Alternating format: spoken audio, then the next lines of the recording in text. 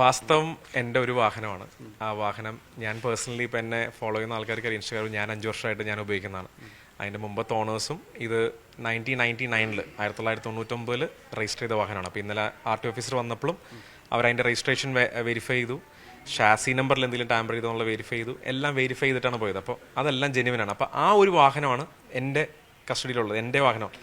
ബാക്കി ഇവിടെ കാണുന്ന വാഹനങ്ങളെല്ലാം ഇവിടെ ടെക്നിക്കൽ വർക്കിന് വേണ്ടി എൻ്റെ വീടിൻ്റെ അടുത്ത് ഗരാജിൽ വന്നതാണ്. അപ്പോൾ അത് എൻ്റെ കെയർ ഓഫിൽ വന്നതായതുകൊണ്ട് ഗരാജിൽ വന്ന് ചെക്ക് ചെയ്തപ്പോൾ ഗരാജ് ഓണർ പറഞ്ഞു ഇന്ന ആളുടെ കെയർ ഓഫിൽ വന്നതെന്ന് പറഞ്ഞു.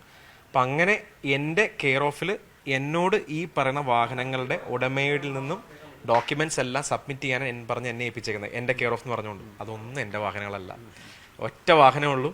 ആ വാഹനത്തിന്റെ ഡോക്യുമെന്റ്സ് ആണ് ഞാൻ ഇനി ബാക്കിയുള്ള കാര്യങ്ങൾ, ബാക്കിയെല്ലാം അതാത് ഓണേഴ്സാണ് സബ്മിറ്റ് ചെയ്യേണ്ടത്. അതിൽ തന്നെ അറിയിച്ചു, അതിൽ തന്നെ 3ഓളം വാഹനങ്ങൾ ഇന്ത്യൻ ഷോറൂമിൽ നിന്നെടുത്ത വാഹനങ്ങളാണ്. അപ്പോൾ അതിനെല്ലാം ഇൻവോയ്സ് ഉള്ള വാഹനങ്ങളാണ്. അപ്പോൾ അതൊക്കെ ഇനി അതിൻ്റെ ഓണേഴ്സ് കൊണ്ടു ചെല്ലണം, അവിടെ സബ്മിറ്റ് ചെയ്യണം. അപ്പോൾ എൻ്റെ കെയർ ഓഫ് എന്ന് പറയുമ്പോൾ ഓഫ്കസ്ലി അവർ ചിന്തിക്കുക എന്ന് വെച്ചാൽ ഞാൻ കൊണ്ടുവന്ന് ഭൂട്ടാനിൽ നിന്ന് കൊണ്ടുവന്ന് വിൽക്കാനിട്ടാക്കാന്നാണ് എല്ലാവരും വിചാരിക്കുക. പക്ഷേ അങ്ങനെയല്ല എന്നുള്ളത് നമ്മൾ പ്രൂവ് ചെയ്യണം, കാരണം അതിനെല്ലാം അതാത് ഓണേഴ്സ് ഉണ്ട്. അതിൽ ഇപ്പോൾ അമിത്തിന്റെ കയ്യിൽ നിന്ന് എടുത്ത വാഹനങ്ങൾ അതിന്റെ ഡോക്യുമെന്റ്സും എല്ലാം തന്നെ ഈ 10 ദിവസത്തിനുള്ളിൽ സമർപ്പിക്കും. നമ്മൾ 10 ദിവസം സമയത്തിനുള്ളിൽ ഡോക്യുമെന്റ് സബ്മിറ്റ് ചെയ്യാനാണ് പറഞ്ഞത്. അതിൽ തന്നെ 3ഓളം വാഹനങ്ങൾ ഇന്ത്യൻ ഷോറൂമിൽ നിന്ന് വന്ന വാഹനങ്ങളാണ്. അപ്പോൾ അതിന് ആ ഷോറൂമിൽ നിന്നെല്ലാം എല്ലാം അതിൻ്റെ ഇൻവോയ്സ് ഉണ്ടാവും.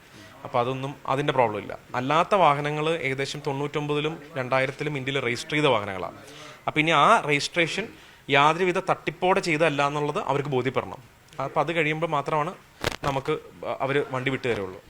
ഇതിനു മുമ്പ് ഇത്തരം പരിശോധന ഉണ്ടായി. കഴിഞ്ഞ നവംബറിൽ ഇതേ സെയിം ഓഫീസിൽ നിന്ന് ഇതേപോലെ പരിശോധന ഉണ്ടായിരുന്നു. അതിൽ ഈ ഒരു വാഹനത്തിൻ്റെയൊക്കെ അന്നേ നമ്മൾ സബ്മിറ്റ് ചെയ്തതാണ്. അപ്പോൾ അന്ന് അവർ വെരിഫൈ ചെയ്തൊക്കെ നമ്മൾ വിട്ടാണ്. പക്ഷേ ഇപ്പം ഈ ഭൂട്ടാൻ വാഹനങ്ങളുടെ ഒരു കൂടുതൽ ഇതും പിന്നെ അങ്ങനത്തെ ഒരു ഓപ്പറേഷനൊക്കെ സ്റ്റാർട്ട് ചെയ്തപ്പോൾ അവർ ചെയ്തേ പറ്റുള്ളൂ. അപ്പോൾ എല്ലാ വാഹനം ഇപ്പം എനിക്ക് എൻ്റെ മാത്രമല്ല ഒരു 10-30 സ്ഥലത്ത് ഇന്നലെ പരിശോധന നടന്നിട്ടുണ്ട്, ദുൽഖറിൻ്റെയും പൃഥ്വിയുടെയും ഇവരുടെ ഉൾപ്പെടെ. അപ്പോൾ ആ വാഹനങ്ങളുടെയൊക്കെ ജെനുവിനിറ്റി എന്താണെന്നുള്ളത് കാര്യം അവർക്കും അറിയണം, നമുക്കും നല്ലതാണ്. പക്ഷെ അതിന്റെ പുറത്ത് നമ്മൾ കുറച്ച് ഇനി ഓടേണ്ട വരും. അപ്പൊ ആ വലിയ കുരിശായി. ഇതിൽ നിങ്ങൾ നടന്മാര് ദുൽഖറിനടക്കം നോട്ടീസ്, അതോടെ പൃഥ്വിരാജിനടക്കം ഇത്തരം കാര്യങ്ങൾ പരിശോധന നടന്നു. ഈ വാഹനങ്ങളൊക്കെ അറിയാവുന്നതാണ്. എനിക്ക് ഇപ്പൊ ദുൽഖർ തന്നെ കുറെ വർഷങ്ങളായിട്ട് ആ വാഹനം ഉപയോഗിക്കുന്നതാണ്. അതിന്റെ പഴയ ഓണറിന്റെ അടുത്ത് തന്നെ ഏകദേശം വർഷങ്ങൾ മുമ്പോളം ഈ വാഹനം ഉണ്ടായിരുന്നു. അപ്പൊ ഇതെല്ലാം വർഷങ്ങൾ ഇന്ത്യയിൽ തന്നെ ഉള്ളതിന് അതാത് ഓണേഴ്സിന്റെ അടുത്ത് തന്നെ പ്രൂഫുണ്ട്. അപ്പൊ ഇത് നമ്മൾ ഇനി പ്രൊസീഡ് ചെയ്ത് പ്രൂവ് ചെയ്യണം. ഇപ്പൊ ഈ ഒരു 1 മാസം 2 വർഷം കൊണ്ട് വന്നല്ല എന്നുള്ളത്.